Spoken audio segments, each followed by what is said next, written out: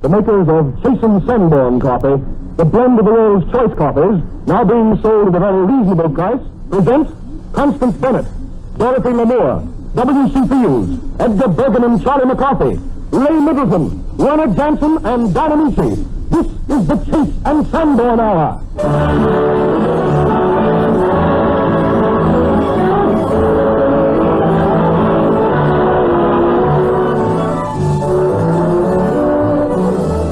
This is the Chase and Sanborn Hour, and this is Donna Mincey greeting you for one of the grandest actresses in pictures, Miss Constance Bennett, and for one of our outstanding young baritones, Mr. Ray Middleton. Greetings, too, from all the rest of us, W.C. Fields, Dorothy Lamour, Edgar Bergen and Charlie McCarthy, and Werner Jansen, America's foremost conductor, who leads the orchestra in a hit tune of the day from Wake Up and Live, I'm Bubbling Over.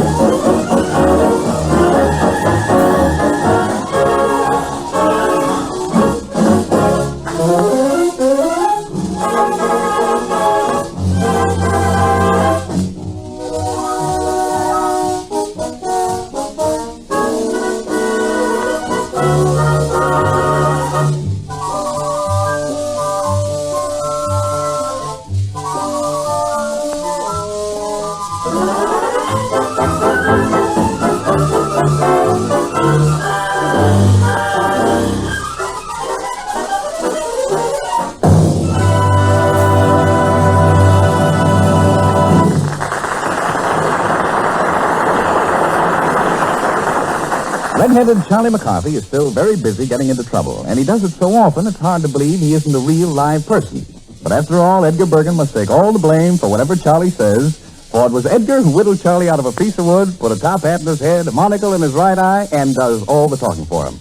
Well, Charlie, you certainly look in the pink of condition. Your cheeks are nice and rosy, and there's a merry twinkle in your eye. Yes, Mr. Mickey, I'm as happy as a bird. Tweet, tweet. Charlie, I regret that I must dampen your spirits. Yes? Yes. There's a little matter I must discuss with you. What's that? It's the subject of education. Oh, yes. Splendid thing, that book learning. Splendid thing. Yes. What I want to know is just how are you getting along with your schoolwork out here? Oh, very nicely. That's fine. Nicely indeed, yes. That's strange. Is it? Yes. For only the other day, I had a letter from Mr. Ramshackle saying that he was truant officer in this district. Yes. He has no record of your enrollment in any school. Is that so? Yes. And that he says that he's written you twice. Is that true? That's a lie. It's not true. Fine. He's written 4 times. 4 times. Charlie, you don't mean to tell me that you've been skipping school, do you? I didn't mean to tell you. I didn't think so, no. In New York, you promised me, Charlie, that you would take your work seriously out here and that you would study hard. Yeah, well, I was back in New York. Yes, sir. Well, believe me, Mr. Bergen, I have tried hard. You have. I've looked all over for a school out here. Is that so? Yes, but I'm a stranger. Yes. All alone out here. Every day I look for a school. Is that so? Yes. But it doesn't seem to make any difference what streetcar I take. I always end up at Ocean Park. Is that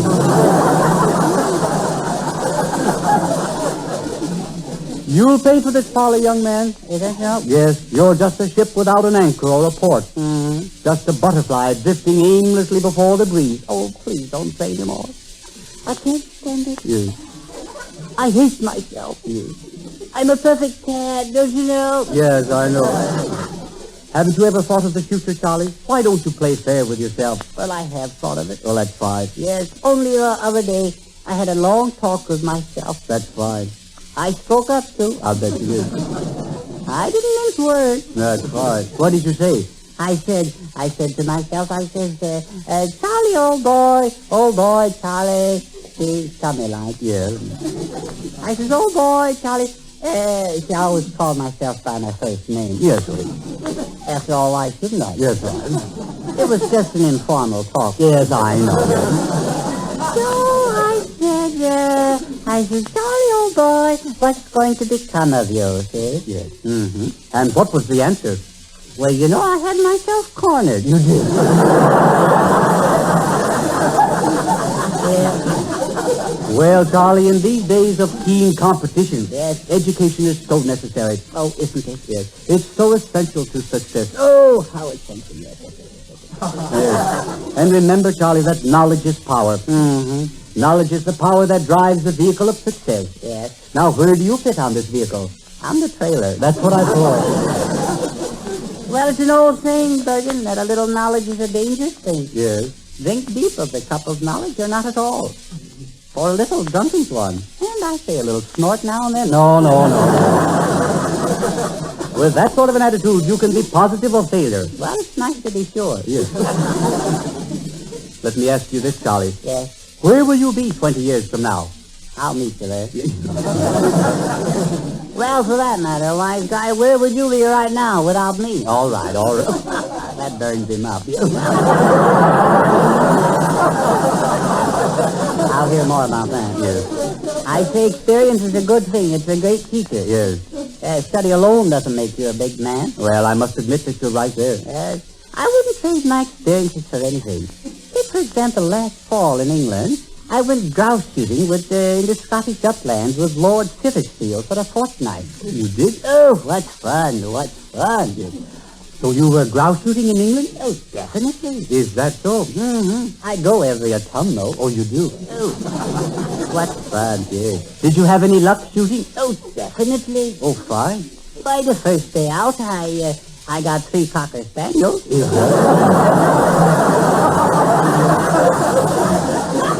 And the second day, I got a horse. a horse. And my host. And your horse. I don't miss a darn thing. No. If it moves, I shoot. Yeah. If anyone shoots, I move. There's more action. Yes. Young man, I don't believe you were in England. No? No. And I don't believe that you met Lord Sittersfield. You don't? I don't. Oh, come now. Don't be a twerp. Well, I don't believe you've ever been grouse shooting. Oh, come. It's true. So help me. It's true. No. I don't believe you. Don't you really? I really don't believe you. Yes, it's true. No. You don't believe me, huh? No. That's embarrassing. True. No. Well, heck, I tried. Yes, I know.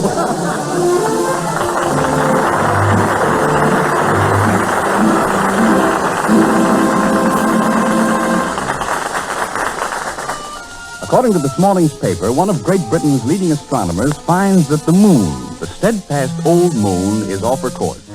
Could it be all the moon songs that have done this? Is Dorothy Lamour perhaps sounding a warning as she sings Turn Off the Moon?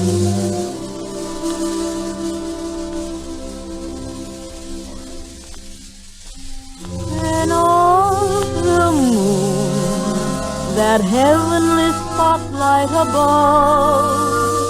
Turn off the stars, for I'm falling madly in love. When the night is dark and I am just myself, I can't be misled. But when there is moonlight, I don't trust myself. My heart runs away with my head. Turn off the moon, that symbol of dazzling delight. Turn off the tune, the whippoorwill sings in the night. Words that should be sensible become incomprehensible. I start to coo like a dove. Turn off the moon, for I'm falling madly in love.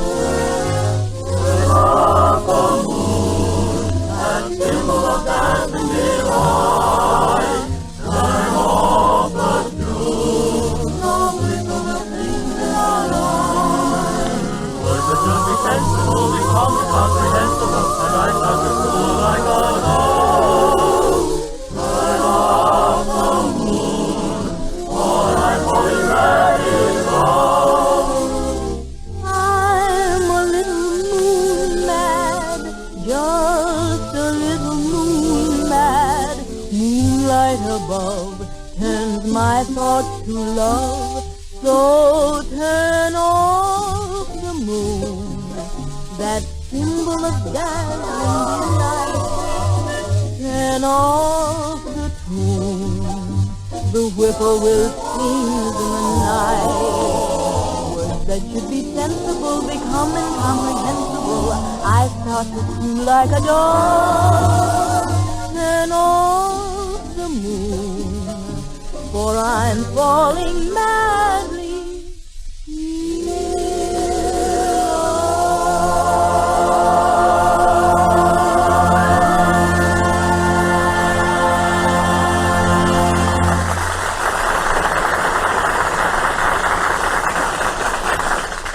With summer just around the corner, this is an ideal time for Donald Briggs to remind you of one of the grandest of all warm weather drinks, Donald Briggs. That marvelous summer drink is, of course, iced coffee.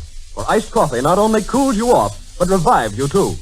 But when coffee is diluted by ice, you must make sure it doesn't lose the full, rich flavor that makes it so refreshing. So take 2 precautions.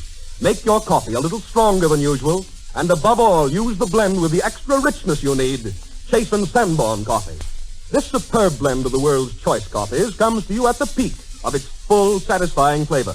For as soon as it's roasted, we rush Chasen Sanborn dated coffee to your grocer, guaranteed fresh by our dating plan. So you're safe from stale, rancid taste and get fresh, delicious flavor every time. And you save money, too, because our dating and rapid delivery plan enables us to pack it in an economical dated bag instead of an expensive container. And you get the cash savings. Enjoy Chasen Sanborn dated coffee, often either hot or iced. Buy a pound from your grocer tomorrow.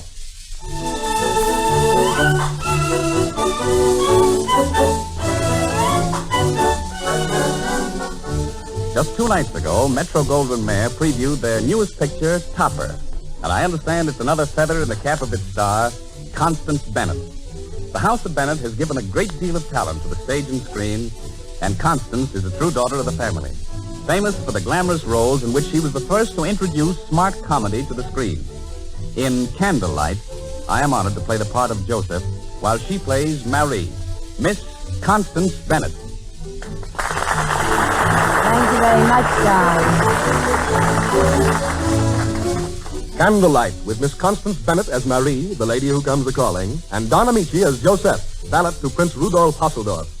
In making a telephone call for his master, Joseph has been connected with the wrong number, and encountering a charming and aristocratic feminine voice on the wire, he invites its owner to call. The prince is out, and Joseph alone, when, to his surprise and delight, he answers the doorbell and finds a beautifully gowned lady on the threshold. Oh, I felt you would come. I suppose you think I'm... Oh, no. What? Nothing. Oh, how can I think when I see you standing there? Oh, but I've only come to say I can't come. Oh, of course. Well, thank you so much for a lovely evening. Oh, you're not going. Of course I'm going. Never before have I set foot in a strange gentleman's apartment. Do you mean to say that you don't really know whose apartment this is? No, how should I? Whose is it? It belongs to Prince Rudolf Hasseldorf. Oh, you're a prince. Fancy that. Oh, yes. You think Prince is important? Oh, but of course I do, don't you? Oh, I don't know. As I said to my valet this morning, after all, we're just human beings. Oh, but let me remove your wrap. Oh, I can't stay more than 5 minutes. No, of course not. Well, can it be outside? And now may I be permitted to learn your name? Oh, well, if you must know, it's Mary. Mary. Oh, yes, charming. Please go on. That's all there is. There isn't any more.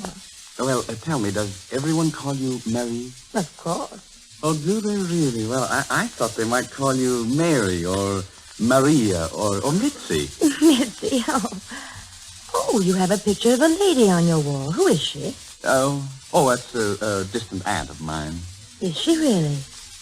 Why, it's the Queen of Romania. What?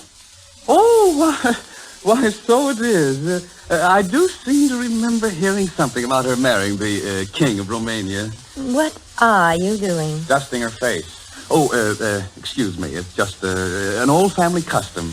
I see. Well, you dust very well. Oh, yes. All of my family have been great dusters. Are you still sorry you came? Well, no, I'm not sorry. Marie. Oh, you men, how lucky you are. You sit cozily at home like spiders in your webs, and the poor little flies come buzzing in one after another. Oh, now. Only great ladies, of course. A man like you wouldn't bother about anything lower than a baroness. Well, one is rather exclusive. Oh, but come now. Do you realize that all I know about you is your first name? Isn't that enough to go on with? Oh, of course. You want to conceal your identity. Yours is an aristocratic, possibly even a world-famous name. To you, it is simply Marie, a plain, ordinary girl. Oh, but it's easy to tell that you move in the very highest circles. It is? How? By your voice. I could tell the minute you spoke on the phone. Just by the sound of my voice. Fancy that. Oh, how you must shine at social functions. Do you have many of them? Oh, yes, we entertain extensively, but it's a great bore. I often say that the servants have the best time. The servants? Yes, they're much freer, aren't they? Oh, yes, of course. Shall we take a little stroll through the apartment? Oh, I'd love it. Yeah, well, let me show you the library. I have yards and yards of books. Have you? Oh, yes, quite a yard and a half of Shakespeare alone. Shakespeare? My goodness, is that man still writing? Oh, dear me, you have got a lot of books. Don't tell me you read all of them. Joseph, where are you? Prince, you mustn't. Really, you mustn't kiss me. Oh, it was only only for an instant. Excuse me, I'll fetch the brandy, and we can drink it here in the library. Oh, sorry, Joseph, if I intrude. Oh, Your Highness. Am I right in believing there's a lady in the library, Joseph? Oh, Your Highness, it all started so innocently over the telephone, and all of a sudden, here she is. And, oh, Your Highness, she makes me feel like one of the great lovers of history. You never soared to such exalted heights before. Oh, never, Your Highness. Just cooks and ladies' maids. With, perhaps, a governess at Christmas. Well, enjoy yourself while you can, Joseph. For the rest of the evening, you shall be the prince and I the valet. Oh, Your Highness. You must give the lady supper, Joseph. Run across to Sockers and order it. Your serving coat's here in the closet. I'll slip it on and set the table. Go along now. Oh, yes, Your Highness. Rudolph, you know those books in your library are covered in dust. That wouldn't be allowed in my house. Oh, Excuse me, madame. where's the prince? He's gone to order supper, madame. Oh, what's your name? Joseph, madame. Oh, you're Joseph, his valet. I thought you were out. I was, but I came back. Joseph, don't you get a little tired just standing around waiting and looking at those little suppers of his? Oh, no. No, some games are as amusing to watch as to play. Joseph, come here. I want to tell you something. I like you. Do you, madame? And now that we're alone, I want to tell you something else. Yes, madame? You'll never guess. But I'm not madame. And what's more, I'm not a lady. My name isn't even Marie, it's Mitzi. Mitzi? I'm Baroness von Rischenheim's parlor maid. What? Yes, that's right. And that's why from the very first I was attracted to you. Attracted to me. Like to like, you see. I, the maid, and you, the valet. Fancy both of you thinking me an aristocrat. I'm not sure I'm not more pleased at taking you in than at fooling the prince. But you won't give me away, will you? Oh, of course not. You know, it's terribly difficult being a lady, my dear. But with you, I can let myself go. No formality. Yes, at heart, we're only really happy with our own class. Oh, my dear, you never spoke a truer word. Oh, hello, Prince. Did you get the supper? It will be here in a moment. I hope you haven't been bored. Oh, no, I've been having a most amusing conversation with your servant. Oh, have you? How very nice. Do you mind if I tidy? Oh, certainly. This way, Marie. You know, he's so intelligent. I always think it's so interesting to get the viewpoint of the lower classes, don't you? Oh, Your Highness, don't torture me like this. Well, what have I done? I could feel it in the air when I came in. You were just about to carry on. Well, really, my dear Joseph, you don't suppose a lady, a real, genuine aristocrat like that... Oh, Your Highness hasn't any idea what a lady will do when you leave her alone with a valet. Don't steal it from me, Your Highness. That has always been my secret dream. To love a lady who has her own car, buys all her clothes in Paris, and goes riding before breakfast. Well, cheer up, Joseph. You may trust me. And now you'd better go down in the cellar and get out some wine. Oh, yes, Your Highness. May it be champagne? It must be champagne. Run along now. She'll be coming back. Oh, yes, Your Highness. And remember your promise. Hello. Give me 21-7-21. Please. Hello. Is this Baroness von Rischenheim? This is Prince Rudolf Hasseldorf. My house is less than a block from yours, yet I've never had the honor of meeting you, madame. But I must see you right away. Your parlor maid is here, and... Oh, no. Meet me outside right away, and please let me explain it to you in person. Yes, something must be done. You will? Good. I'm leaving now. Dear me, I hope that supper's arrived. I'm really starved. Prince, where are you? Getting the wine. Wine. Good. Open it quickly. Oh, not until supper arrives. Mary, come, sit beside me here. And let me talk to you. Mm-hmm. Oh, Mary, I love you.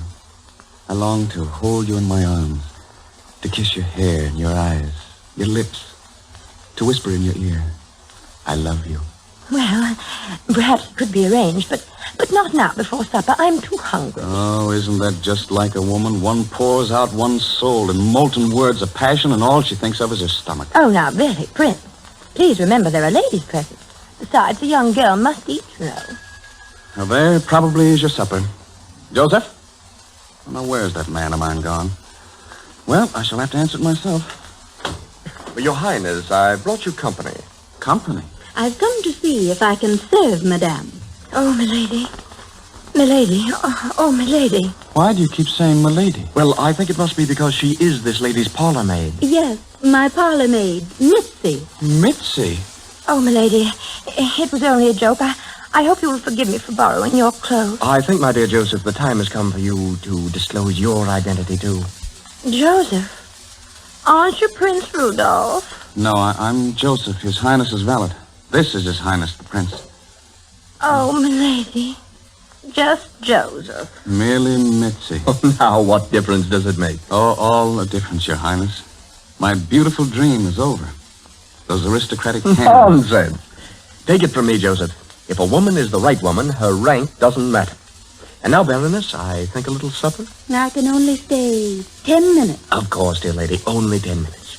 We'll wait on ourselves. Joseph, you may go. That's all, Mitzi. There'll be some cold chicken for you, Joseph, when the supper arrives. We can spare it. You're very kind, Your Highness. If any further service is required, ring once for the valet. And twice for the maid. Come, Joseph.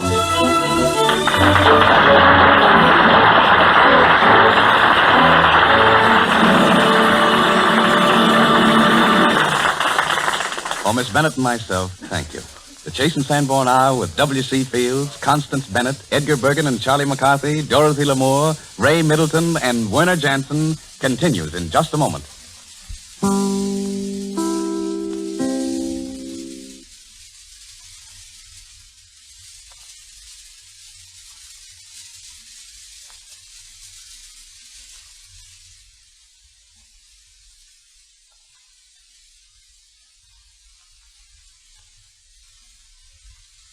La, la, la, here we are.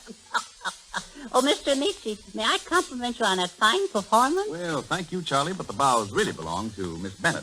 Oh, well, yes, that's right, but you were good, too, you know. Simply splendid. And I'm here to tell you I've written a play, and I'd like to cast you in it. Oh, well, say, that's mighty nice of you, Charlie. What's the name of the play? It's called Electric Light. Electric Light. Yes, it's a modern version of the play you just did, Candlelight. It's more powerful and shocking. Say, that all sounds intriguing. Who's producing it? I am. I'm directing it, too. Quite versatile, don't you think? Oh, but definitely. Yes. Now, in the first act, the beautiful Gwendolyn Gush, played by Dorothy Lamour, enters and says, I love him, I adore him, I shall go mad if he does not return, see? Oh, I see. Well, does Dorothy know she's playing this part? Yes, she does, yes. We've been rehearsing at odd moments. Go ahead, Dorothy. Show Mr. Lee Chase. All right, Charlie, give me my cue. Lights, orchestra. That's just curtain, swing it. I love him. I adore him. I shall go mad if he does not return. Uh-huh. See, isn't that convincing? Now, isn't that good? Isn't that wonderful, the way she lives that part? Say it again, Dorothy, this time with not so much emotion. After all, we're only rehearsing. Yes, Charlie, give me my cue again, please. Lights, orchestra, curtain, swing it. Oh, I love him. I adore him. I shall go mad if he does not return. Just read it. Don't tear it apart. You know. Now, you see, Don, that establishes that she loves him. I hope. Yeah, I see. But who's him? Oh, that's just it. I don't ever tell, see. It's a mystery play. Then nobody enters until the second act. And then comes Horace Strongheart, the hero. Oh, that's the part you want me to play, huh? No, I'm sorry, Don. I've picked someone else for the leading part. Who? Me. But you'll get an opportunity. Oh, I do. Well, what do I play? You play my understudy, see? And you know I'm so sickly, I might get sick any time, see? Oh, well, I don't know. There doesn't seem to be much in this for me. By the way, how much do you pay your actors? Oh, it's no pay. It's a benefit performance. It's for a needy cause, see? Well, may I ask what this needy cause is? Well, it's 'cause I need it. We're raising money for the Ricky Dicky Club for orphans. I'm head man there, too. I see. How many members are in this club, Charlie? I'm the only one. That's just what I thought. And frankly, Charlie, I'm not quite satisfied with that understudy part. You better get someone else. Well, no. Don't get so hasty. Some night I may get sick, and then you'll get to play the part, and the talent scout will see you, and you may get a screen test, maybe. Well, that's a point to consider. But I still don't think I'll take it. No? No. Well, now, how about if I give you a speaking part, Oh, huh? well, now that's different. Of course, it'll be less money. If it's a fat part, I'll sacrifice money for art. Do I have any long, sustained scenes? Well, yes and no. At the end of the third act, the door opens, and in you come, see? Yeah. And then you say, yippee. Yippee! Yippee! Yippee! No, cut that out. You're building up your part again. Just one yippee. You gotta watch them. Well, look, what kind of a costume do I wear for this tremendous dramatic effort? Well, you're sort of the cowboy, shepherd boy. You have the crook in your hand, see? Oh, I get it. A gangster part, huh? No, it's a shepherd crook, you know. And if you do a good yippee, we'll give you the crook. And if you don't, we'll give you the hook. Yippee! Let me know when the first rehearsal comes along, Charlie, so I can be sure and miss it. Yeah, oh. With the most famous waltz ever written, Werner Janssen and the orchestra bring back memories of pre-war Vienna, the gayest city in the world, the beautiful Blue Danube.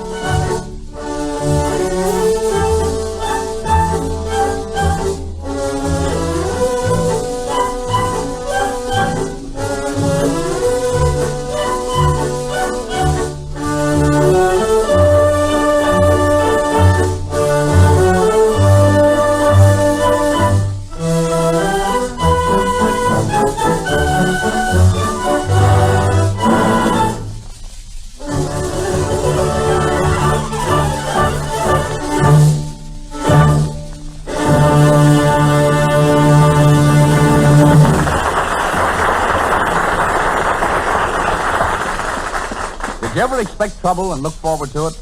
Well, that's the spot I'm in right now, for with the arrival of Bill Fields, my trouble begins, and I love it. So come on, trouble, and welcome W.C. Fields.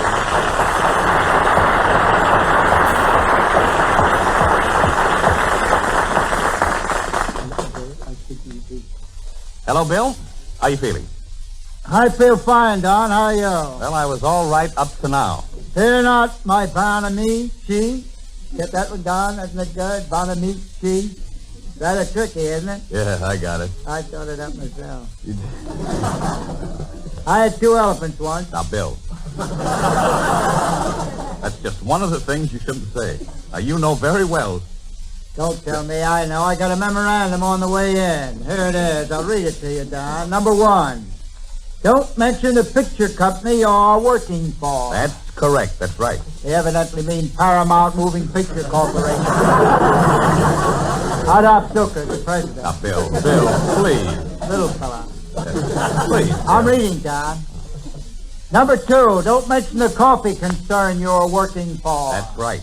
Jason Sanborn. Oh, now, Bill, please. I'm still reading, Don. All right. Donald Briggs will tell the public that Jason Sanborn coffee is put in bags scientifically treated to withstand the air, rain, elements, thunder. Oh, now, Bill. Protected against fire, floods, and cyclones while traveling in Mexico and the Dominion of Canada and the Gobi Desert of Mongolia. Bill, please. Jason Sanborn coffee and dinosaur eggs a la papa is relished by the Gobiites. Well, are you through? For the nonsense. Okay. Now, don't number 3. Don't mention elephants. Elephants get under my skin. You sure they're elephants, Don? I'm not changing the subject, Bill. Where did you get that badge you're sporting on your manly chest? All this was given to me by Biscaloos. You don't mean Sheriff Biscaloos. I don't mean Pippin Bill's blind aunt. Biscaloos and I were very dear friends. I met him once vacationing in Alcatraz prison. Alcatraz? Yeah, it's a big iron boarding house. Clang, clang, clang. We are the boys from Alcatraz. Bill, wait a minute. Wait a minute, I'm singing. We don't belong to the regulars. They send us every year. A little throaty there. Go ahead. Look, what brought you to Alcatraz, I was Bill? rehearsing Romeo. Oh, you mean Romeo and Juliet? No, just Romeo. In the midst of rehearsals, I was suddenly whisked away to Alcatraz. Well, you must have been a pretty bad actor. There were extenuating circumstances, Don. I was very excited. And they sent you to Alcatraz prison for rehearsing Romeo and Juliet? Wait, Don. We had no balcony in our modest little home. So I had taken a ladder with me to a neighbor's chateau. I had gently placed the ladder against the balcony, and with great caution ascended. Yeah. Go on, Bill. You were ascending the ladder. Oh, yes. Then suddenly, instead of Juliet, who should appear on the balcony but a new character in the guise of a constable? Followed by 3 other Mounties. Mounties? Well, imagine my great amazement and consternation when the officer suddenly discovered that I had been framed. Someone had inadvertently or maliciously placed a pearl necklace in my pocket. Odd pieces of jewelry. Yes?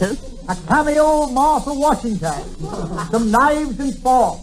Yes. Go on, Bill. And while I had my back turned, some villainous wag, some malcontent, evidently a red, had stuck a bag in my hand filled with silver. A silver dining set, 2 plates and 1 cup missing. A gold candelabra, one of the candles still burning. One of the candles still burning? Yes, that attracted the Mounties' attention. Don, the ignominy of it all. Oh, there's no doubt about it, Bill. You were framed. Yes, I was framed like my poor dear father before me. The kindly old fellow, a picture of man. They finally framed him and hung him in the old courthouse in Woonsocket, Rhode Island. Bill, how did you get that badge? Oh, do you want me to tell the whole thing over again right from the beginning? Don? No. In fact, I'm sorry I heard it the first time. Oh. Excuse me, Don. Am I intruding? Well, frankly, Edgar, I'm glad you're here. I hope I didn't interrupt anything important. Oh, not at all, Edwin, not at all. Bill, I just came here to tell you something about Charlie. I know enough about him already. Now listen, Mr. Fields, I got a bone to pick with you. Take your head off. Stay whiz, Mr. Field. Now, you've got Charlie all upset, Bill. He's tried all sorts of ways to make friends with you. Yes, I've had people intercede for me. I brought you a bouquet of flowers. No, sir. Go on. Now I don't know what to do nor where to go. I can tell you where to go and what to do. If you want me to go into details, I don't know.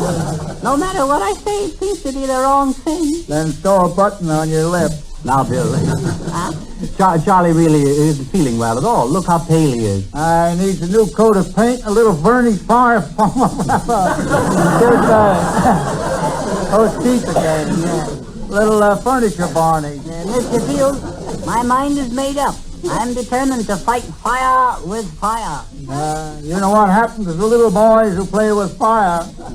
Don't mind Charlie, Bill. His bark is really worse than his bite. I'll rip off his bark and bite off his limb. This is going far enough.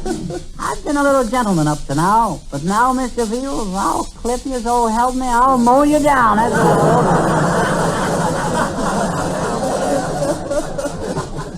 Go away or I'll stick a woodpecker on you.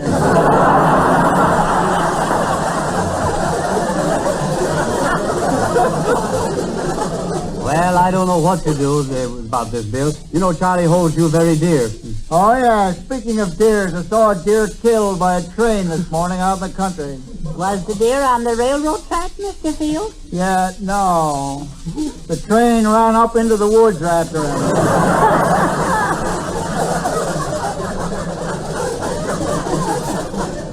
Caught him between two trees and pounced on him. What's the matter with that kid? While we're on the subject of deers, here's a real deer, Miss Constance Bennett. Miss Bennett, this is W.C. Charlie McCarthy, I'm so glad to see you. You're so cute. This is me over here. Yes, this is W.C. And Edgar Bergen, I want to congratulate you on that grand opening Tuesday night. Thank you. Miss Bennett, this is W.C. Mr. Bergen, I really think you're the cleverest person I've ever met. And little really? Charlie is by far the funniest. She's practically left nothing to say about me. Miss Bennett, surely you know W.C. And Don, I saw the opening of your new picture, and I think it's grand. She doesn't know his picture isn't finished yet. Charlie, you're looking better every day. Why shouldn't he? He just had a new coat of paint. Bill, you know Miss Bennett, don't you? Oh, yeah, sure. I know Connie. Constance Bennett is the name. Oh, yes, I know. How's your pappy? I'm happy to report that my pater, Mr. Richard Bennett, is exceedingly well. We're talking about your father, aren't we? I presumed as much. The last time I saw him, I think he was playing one of the uncles in Uncle Tom's Cabin. Twaddle. Oh, was it Twaddle? Yeah. I went around the stage door, and we went on to one of those places that, what do they call them? The swinging door, you get liquor. I know, a cocktail lounge. Oh, yes, that's it, a saloon. Yeah, it was a hot night. We were both awfully thirsty. You ever get thirsty, Connie? The answer is no, and Constance Bennett is the name. Oh, you don't get thirsty, eh? You told me the name. Your father and I used to get very thirsty together. Mr. Fields, if you will excuse me, I know for a positive fact that my father loathes, abhors, and abominates alcohol. Yes, I know it has many uses. We used to drink it, too. Well, I have to toddle along now, but I'm certainly glad I had the opportunity, Don, to tell you, Charlie and Edgar, how much I enjoyed your company and your performance. Yeah, she's awfully nice, isn't she? And I want you three to come up with me right after the show and have tea. What, no crumpet? I'm awfully sorry that I'll be busy. I won't be able to go along. Well, come, Charlie. Come, Edgar. Okay. See you later. Toodaloo. Yeah, toodaloo. Say, you know, Bill, I'd say she wasn't very crazy about you. Oh, yes, the Bennetts are a great family for suppressing their emotions. She's probably very fond of me in her own peculiar way. Well, she's a very nice person and a grand trooper. Oh, yeah, she's wonderful. Did I tell you the time she was playing in Did she ever play in Minsky's burlesque? Certainly not, Bill. No, Certainly not. No, I got Marilyn with the Theater Guild again. Yeah, she's a great actress and a very kind person. Oh, she's very kind, Don, very kind. I remember once a child was run over in front of the theater where she was playing. Was run over by a pie wagon. A pie wagon? Yes, pies all over the street. Lemon, custard, apple, mint, donut, absinthe. Donut? I never heard of that, Bill. Quiet there, Mr. McGee. Connie, Constance, Mr. Constance Bennett, ran after the ambulance. Yeah, that's very interesting. When she arrived at the hospital, one of the doctors said a blood transfusion was necessary. Connie... Who? Oh, Miss Constance Bennett, excuse me, Don. She rolled up her sleeves and said, "May it please you, good doctor, I offer my blood." She was very polite to him. Did Connie do that? Miss Constance Bennett, Don, yeah, she did. Well, say, that's wonderful. She gave her blood, and the child got well? No, the child froze to death. You old rascal. Where did you get that story, Bill? William Claudius Fields to you, please, Missy. And I never reveal the source of my information. But really, Connie, you're looking more beautiful than ever, if that's possible. How about a little smack for the old codger? So there's ice in my veins, is there? Oh, Take Connie. Connie, dear. I thank you. I was a chump for ever letting you get away from me. I should have never listened to my parents. Thank you, Bill. Thank you very much. As usual, we get the invitations and Bill Fields gets the results. Thank you, Miss Constance Bennett, and thank you very much, W.C. Fields.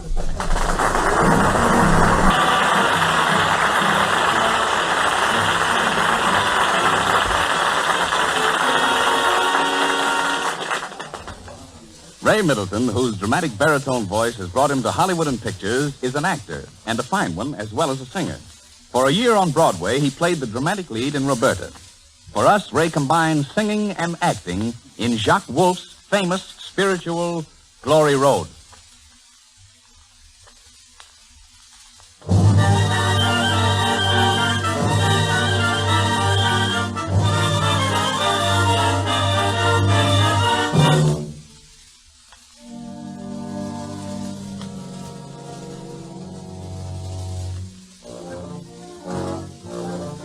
Oh, the glory road, oh, the glory road, I'm gonna drop my load upon the glory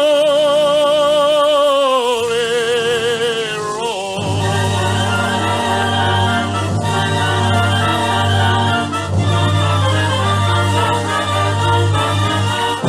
I lay on my bed until 1 o'clock, and the Lord come a-calling all his faithful flock, and he called hooey, and he called hooey, and I know that the Savior was a-calling me, and he called hooey, and he called hooey, and I cry, Master Jesus, is you calling me? And he called hooey, and he called hooey, And I risen from my bed and I cried, yes, me.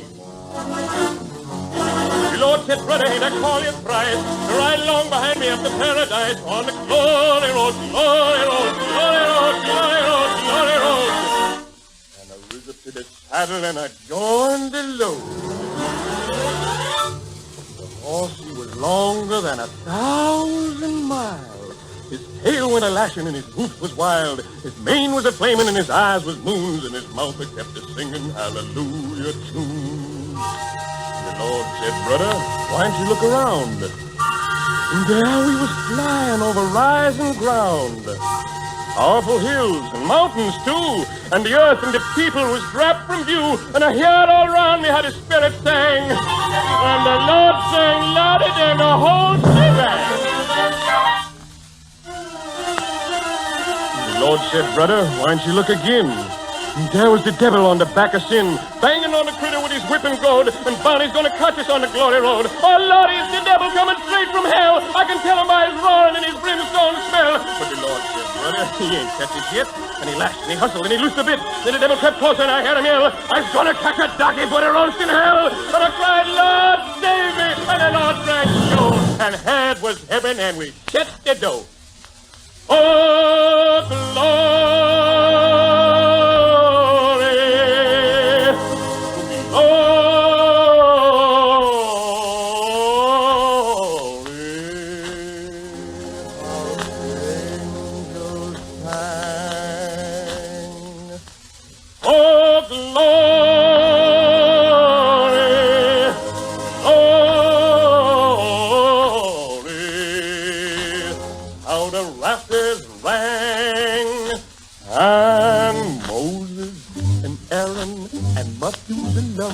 They shout and they holler and they beat the drum. King Solomon kissed me and his 1,000 wives, just like they'd known me during all their lives. And the Lord said, brother, take a grain-stained seat. But I expect you was hungry, have a bite to eat. And the ravens fed me and Elijah played. And the saved ones gathered while the organ played. And they cried, oh, sinner, come and lose your load on the glory road, glory road. Oh, come, my brother, won't you drop your load and ride to heaven up the glory road, glory road, glory road. Glory road.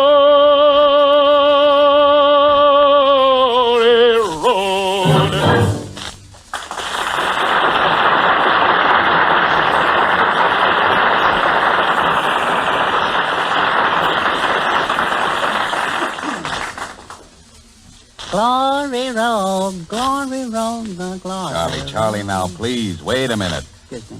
Donald Briggs. These are the days when cool, refreshing iced coffee is such a welcome drink. As you know, iced coffee is not all alike. Some tastes thin, weakened by the melting ice. And some gives you plenty of delicious, refreshing flavor, no matter how much ice you add. Naturally, you want really refreshing iced coffee. And here's the secret.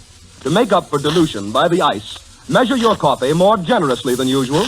And above all, use the blend that gives you extra rich flavor. Chasen Sanborn coffee. You can be sure that Chasen Sanborn dated coffee is always at the peak of its full, mellow flavor because it's always fresh. This blend of the world's choice coffees is rushed to your grocer straight from roasting, guaranteed fresh by our dating plan. With this system, we're able to pack this finer, fresher coffee in an economical dated bag instead of a costly container. And you get the saving. Try this superb coffee, hot or iced. Buy a pound of Chasen Sanborn dated coffee from your grocer tomorrow. Glory road, oh, glory road. Oh, Mr. Middleton, that was well done. Excellent rendition. Thank you. Yeah. Your fortissimo was so pianissimo that it sort of brought out the allegro and the adagio. Vice versa, too. And when I say that, I'm not speaking as a layman, but as a man who knows absolutely nothing about the subject.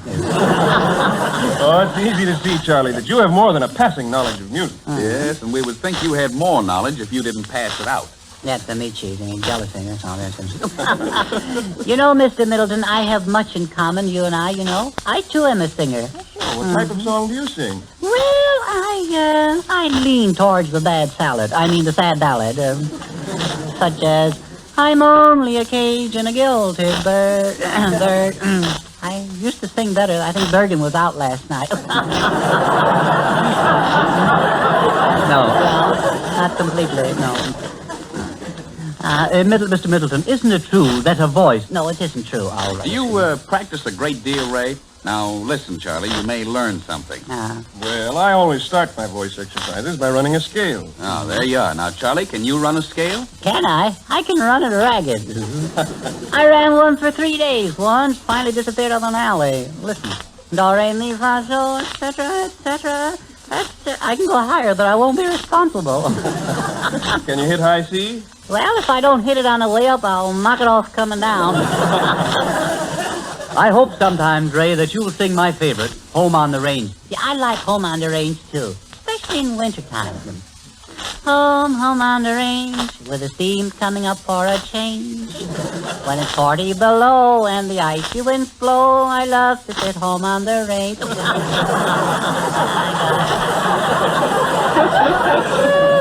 Charlie, that's really great singing, and you're definitely held over by popular demand. Led by Ray Middleton and inspired by Werner Jansen, our entire vocal company, including Dorothy Lamour, Charlie McCarthy, the chorus, and I will attack some of the most delightful lyrics written by Gilbert and Sullivan. So sound your A, Werner, and we're on our way.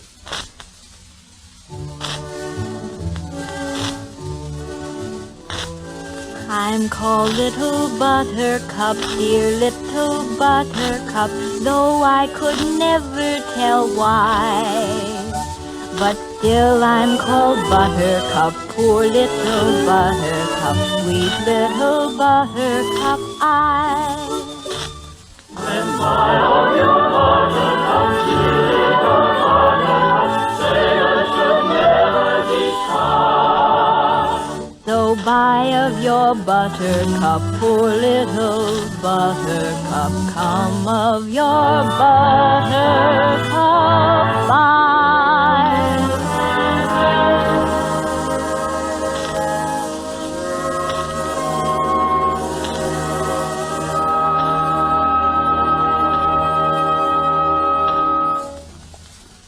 On a tree by a river, a little tomtit. Hang willow, tit willow, tit willow. And I said to him, Dickie bird, why do you sit? Singing willow, tit willow, tit willow. Is it weakness of intellect, birdie, I cry, or a rather tough worm in your little inside? With a shake of his poor little head, he replied, Oh, willow, tit willow, tit willow.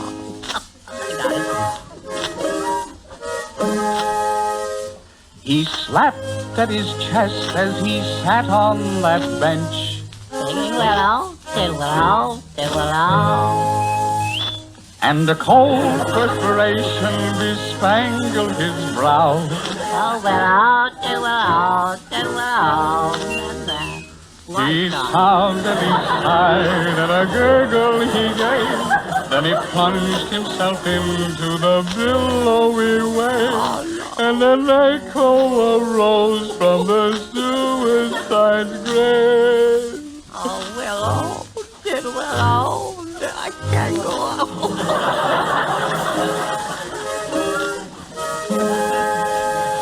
Now I feel just as sure as I'm sure that my name, Willow, tit willow, tit willow. that was bited affection that made him exclaim, Willow, tit willow. and if you remain callous and obdurate, I shall perish as he did, and you will know why. Though I probably shall not exclaim as I die. Oh, willow, tit willow, tit willow. We got it.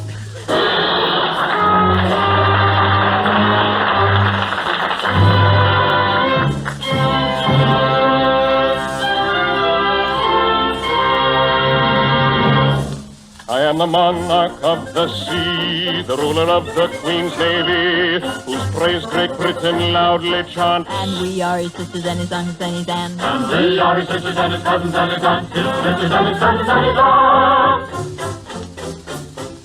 When at anchor here I ride, my bosom swells with pride, and I snap my fingers at a foeman's taunts. And so do his sisters and his cousins and his aunts. And so do his sisters and his cousins and his aunts, his sisters and his cousins and his aunts.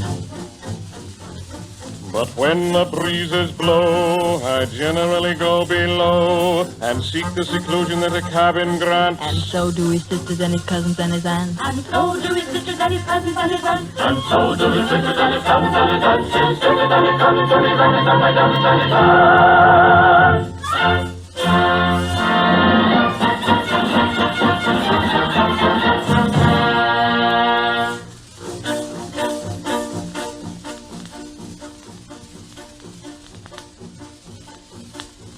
When I was a lad, I served a term as an office boy to an attorney's firm. I cleaned the windows and I swept the floor and I polished up the handle of the big front door. He polished up the handle of the big front door. I polished up the handle so carefully that now I am the ruler of the Queen's Navy. He polished up the handle so carefully that now he is the ruler of the Queen's Navy. As office boy, I made such a mark that they gave me the post of a junior clerk. I served the writs with a smile so bland, and I copied all the letters in a big round hand. He copied all the letters in a big round hand. I copied all the letters in a hand so free that now I am the ruler of the Queen's Navy. He copied all the letters in a hand so free that now he is the ruler of the Queen's Navy. Now, landsmen all, whoever you may be, if you want to rise to the top of the tree, stick close to your desk, James Guide bit of rule. If you don't want to be guided by this golden rule, Be careful to be guided by this golden rule. stick close to your desks and never go to sea, and you all may be rulers of the Queen's Navy. Stick close to your desk and never go to sea, and you all may be rulers of the Queen's Navy.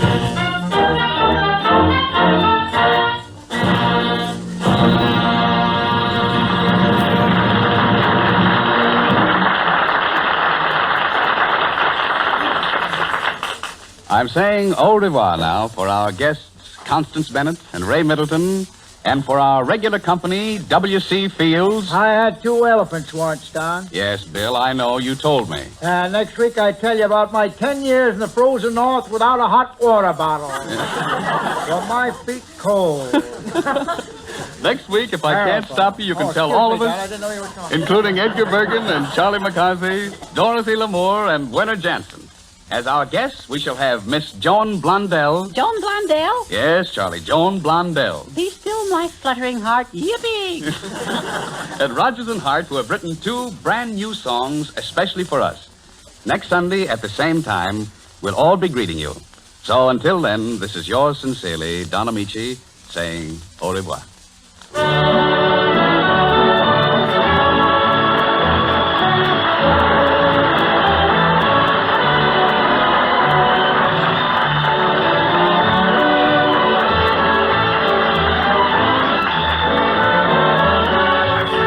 Heard on this program was The Big Show from Jerome Kern's Head Over Heels. Next Sunday, at the same time, W.C. Fields, Edgar Bergen and Charlie McCarthy, Dorothy Lamour, Werner Jansen, and Don Amici will have as their guests Joan Blondell and Rogers and Hart. Be sure to listen.